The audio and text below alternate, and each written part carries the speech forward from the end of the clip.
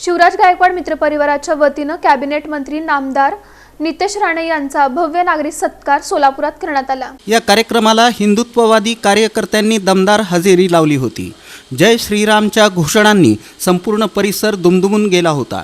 यावेळी मंत्री नितेश राणे यांनी सर्व रामभक्तांना हात जोडून अगदी मनापासून अभिवादन केलं। शिवराज गायकवाड यांच्या हिंदुत्ववादी कार्याचं त्यांनी भरभरून कौतुक केलं आणि पुढे बोलताना ते म्हणाले की आजपासून मी देखील सर्व हिंदुत्ववादी कार्यकर्त्यांच्या मागे ठामपणे उभा आहे। हिंदुत्व माझ्या रक्तात आहे। कोणत्याही अडचणींना न घाबरता आपण सर्वजण मिळून हिंदू समाजासाठी एकत्र काम करूया। कार्यक्रमाला प्रमुख पाहुणे म्हणून सकल हिंदू समाजाचे समन्वयक शिवराज गायकवाड हे उपस्थित होते।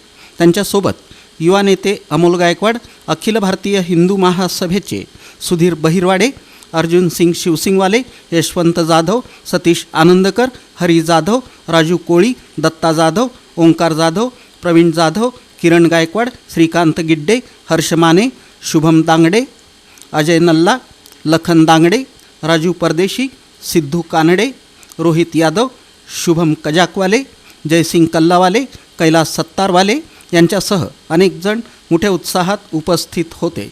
संपूर्ण कार्यक्रमात एकच भावना होती, हिंदू एकता, रामभक्ती आणि समाजहिताचं सामर्थ्य।